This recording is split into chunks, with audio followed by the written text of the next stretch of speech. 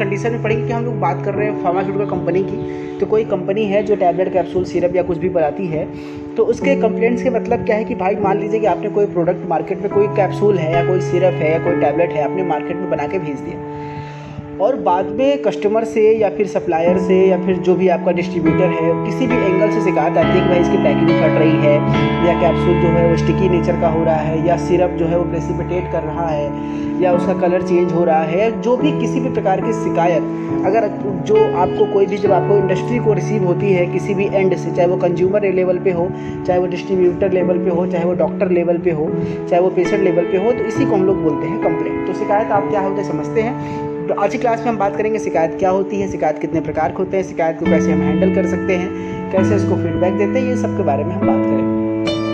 तो डेफिनेशन क्या है, complaint is defined as the statement that is something wrong or not good enough which shows customers dissatisfaction about the complaint product. किसी भी customer के द्वारा किसी भी प्रोडक्ट के बारे में जो असंतोषजनक बातें मतलब बताई जाती हैं, हो सकता है उसके प्रोडक्ट खराब क्वालिटी को लेकर हो या किसी भी चीज़ को दिक्कत की हो, उसी को बताना क्या है हमारा कंप्लेंट होता है। The complaint of products considered as feedback of the product. किसी भी कंप्लेंट को हम एक तरह का फीडबैक ऑफ प्रोडक्ट भी मान सकते हैं, जो कि बहुत ही यूजफुल होता है हमारे प्रोडक्ट की क्वालिटी को इम्प्रूव करने के, ठीक है।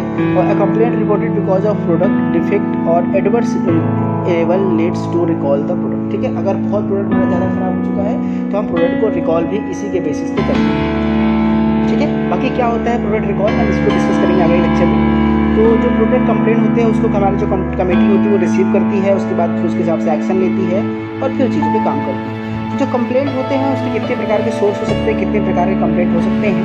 तो बेसिकली वो सोर्स क्या होता है, इंटरनल कंप्लेंट क्या होता है, अगर किसी भी क्वालिटी मतलब कि अगर प्रोडक्ट की क्वालिटी को लेकर, उसके वेयर हाउसिंग को लेकर, उसके मार्केटिंग को लेकर अगर कोई दिक्कत आ रही है तो उसे इंटरनल कंप्लेंट है। अगर किसी भी प्रोडक्ट के कंप्लेंट डॉक्टर से, क्लिनिक से, हॉस्पिटल से या किसी फार्मेसी से या किसी कस्टमर से आ रही है तो उसको हम लोग एक्सटर्नल कंप्लेंट कहते हैं, ठीक है।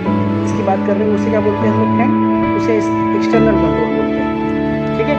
और वर्बल कंट्रोल क्या होता है कि अगर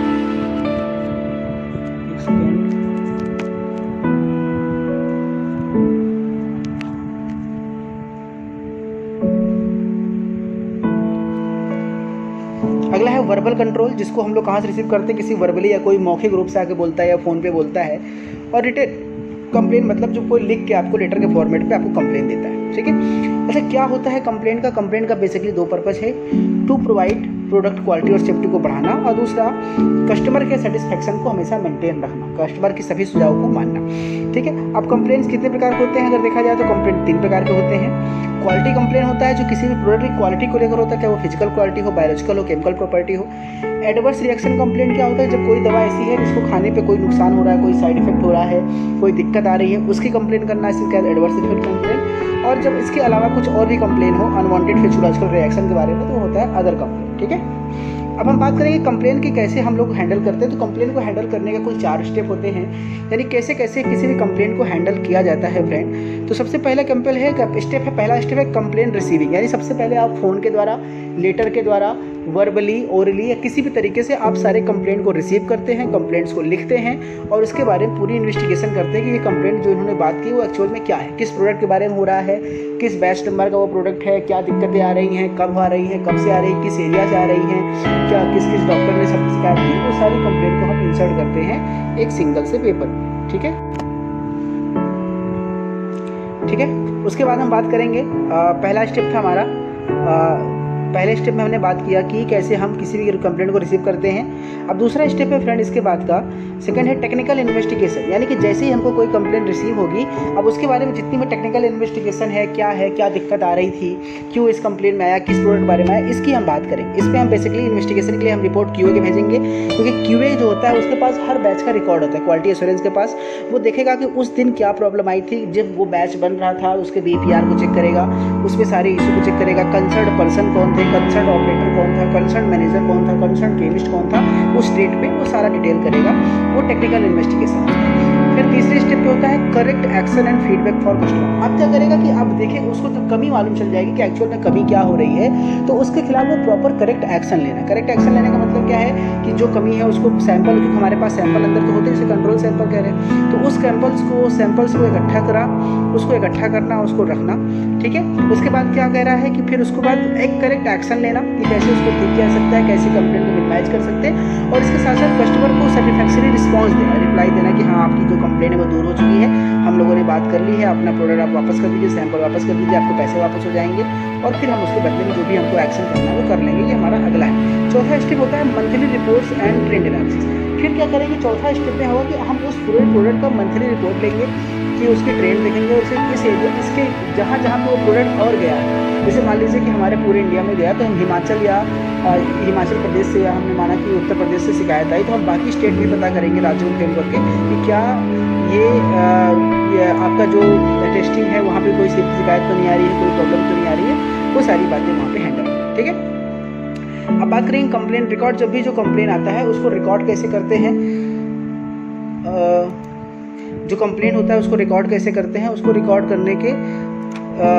करने में क्या क्या चीज़ें होती हैं। सॉरी, कुछ मैसेजेस आ रहे हैं, मैं उसको पढ़ने चक्कर में आपको ध्यान नहीं दे पा रहा हूँ, वेरी सॉरी। तो कंप्लेंट जो हम रिकॉर्ड मेंटेन करते हैं उस पर क्या क्या डॉक्यूमेंट्स होने चाहिए, क्या क्या रिकॉर्ड होना चाहिए। पहले बात तो नेम, जिस पर्सन ने कंप्लेंट किया उसका नेम, उसका टाइटल, उसका फ़ोन नंबर।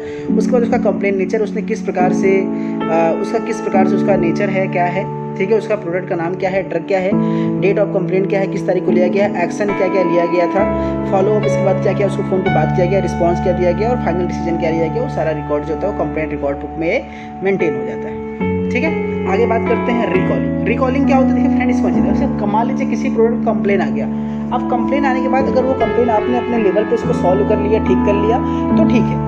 अगर कंप्लेन क्या हुआ कि आपने देखा कि हमारा जो प्रोडक्ट गया है मार्केट में, वो प्रोडक्ट में 2 साल की एक्सपायरी होती है, और 6 महीने बिकने के बाद उसमें कुछ प्रॉब्लम आ गई, जैसे उसका पैकेज लीक कर गया, या उसके बोतल में जो सिरप थे वो प्रेसिपिटेट कर गया, या कैप्सूल जो है कोलैप्स कर गई। तो किसी भी प्रकार की अगर शिकायत हमारे पास मार्केट से आती है, तो क्या करते हैं हम कि उस प्रोडक्ट को, सारे मार्केट प्रोडक्ट को अपने वापस बुला लेते हैं। हम कहते हैं भैया फिर से बुला लेना, यानी जितने भी डिस्ट्रीब्यूटर को हमने माल बेचा है, डिस्ट्रीब्यूटर ने जितने भी होलसेलर को बेचा है, होलसेलर ने जितने भी मेडिकल स्टोर वाले को बेचा है, सबसे हम सारी दवाओं को वापस मंगा लेते हैं, और इसी को कहते हैं रिकॉलिंग। रिकॉलिंग मतलब होता है अपने प्रोडक्ट को फिर से बुला के उसको करेक्ट करना या उसको डिस्कार्ड करना, इसे बोलते हैं रिकॉलिंग। तो प्रोसीजर ऑफ रिट्राइवल और withdrawal of product is known as suspected due to defective property and effectiveness from the market, ठीक है। इसे क्या बोलते हैं, रिकॉल बोलते हैं। Recall is an action taken to withdraw remove the drug, या तो हम उसको विड्रॉ करते हैं या ड्रग को रिमूव करते हैं, और कस्टमर को क्या करते हैं, क्योंकि हम सेफ्टी को देखते हुए हम चीज़ों को वापस ले सकते हैं, इसे रिकॉल कहते हैं, ठीक है। आगे बात करें हम लोग अगर,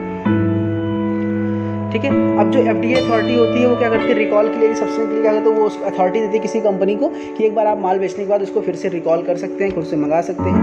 मैन्युफैक्चरर जो होता है वो हिमसेल्फ क्या करता है, कैसे करता है, वो एक सब स्टैंडर्ड क्वालिटी के प्रोडक्ट को वो खुद से रिकॉल कर सकता है। कैसे, देखिए होता क्या है कि वो मैन्युफैक्चरिंग कंपनियाँ होती हैं, वो जब मैन्युफैक्चरिंग करती है तो सारी दवाओं को नहीं भेज देती है थर्ड पार्टी को, क्या करती हैं, उसका कुछ करीब 300 से 500 टैबलेट अपने पास रखती हैं, जिसको कंट्रोल सैंपल कहते हैं। वो कंट्रोल सैंपल क्या करते हैं, वो खुद हर 6 महीने में उसकी क्वालिटी टेस्टिंग करते रहते हैं, और उनको लगता है कि अगर हमारे यहाँ क्वालिटी टेस्टिंग किसी ड्रग की फेल आ रही है, तो वो फिर जहाँ जहाँ वो माल डिस्ट्रीब्यूट किया गया है उसको फ़ोन करके वहाँ से पता करते हैं और क्वालिटी को चेक करते हैं। अगर किसी प्रकार की दिक्कत आती है तो उसको क्या करते हैं, रिकॉल करते हैं, ठीक है। या फिर किसी प्रकार के एक्सीडेंटली डैमेज हो गया, या ट्रांसपोर्ट हो रहा था उस समय कोई खराबी आ गई, इस तरह से चीज़ होती है। प्री रिकॉल इन्वेस्टिगेशन होता है, मतलब क्या होता है कि रिकॉल करने से पहले हम फ़ोन करके सबसे पूछते हैं कि वाकई में कोई दिक्कत है, क्या दिक्कत है। अगर वो दिक्कत सॉल्व हो सकती है तो ठीक है, अदरवाइज उसको हम क्या करते हैं, रिकॉल करते हैं। ये सारी कहानी जो थी फ्रेंड वो रिकॉल की है।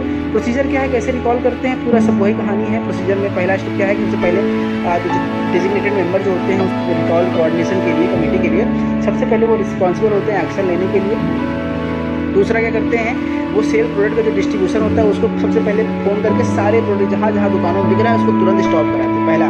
दूसरा स्टेप सबसे पहले मीटिंग के बाद डिसाइड होगा कि इस प्रोडक्ट का सेल को स्टॉप कर देगा। तीसरे स्टेप क्या करोगे, अगर हमको लगता है कि प्रोडक्ट डेंजरस है या जानलेवा है या किसी प्रकार दिक्कत है तो तुरंत मेडिकल प्रैक्टिशनर्स को, जितने भी हैं उस यूजर्स को के लिए एक मतलब एडवर्टीजमेंट चलाया जाता है कि भैया इस प्रोडक्ट का इस्तेमाल करना तुरंत के तुरंत बंद कर दे, ठीक है। फिर क्या करते हैं, रिकॉल जो कोऑर्डिनेशन कमेटी के लोग होते हैं वो ऐसे नेसेसरी स्टेप्स उठाते हैं उस एरिया को रिकॉल करने के लिए, स्टेटस को रिव्यू करने के लिए। फिर जो कमेटी होती है वो इफेक्टिव मेथड्स करके द्वारा प्रोडक्ट को अपने दुकानदारों से उसको पूरी तरह से रिकॉल करती है।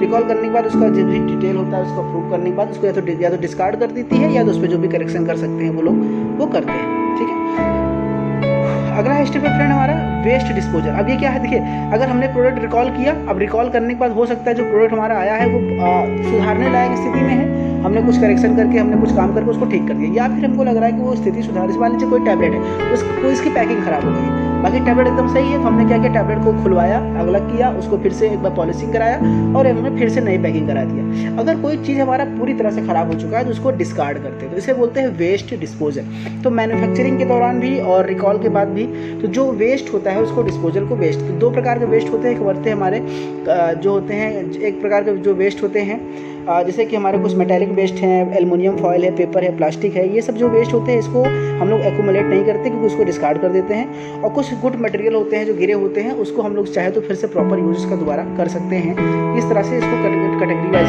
नॉन कंटामिनेटेड वेस्ट होता है और कंटामिनेटेड वेस्ट होता है, इस कैटेगरी में इसको हम बांटते हैं। ठीक है, बाकी एनाटॉमिकल वेस्ट क्या है कि जब हम कोई जानवर पे टेस्टिंग कर रहे हैं, किसी एनिमल टेस्टिंग कर रहे हैं, तो जो भी इसके वेस्ट निकलते हैं, बॉडी वेस्ट है, चीज़ें हैं, वो एनाटॉमिकल वेस्ट के रूप में आता है उसके। ठीक है, वो सब इसको यहाँ पे हम देखते हैं कितने प्रकार का वेस्ट है, बायोमेडिकल वेस्ट है, एक्सीडेंटल प्रिकॉशनल वेस्ट है, तो ये सारे वेस्ट आप यहाँ पे इसको देख सकते हैं। कुछ नहीं है, वेस्ट बारे में आपको कुछ पहले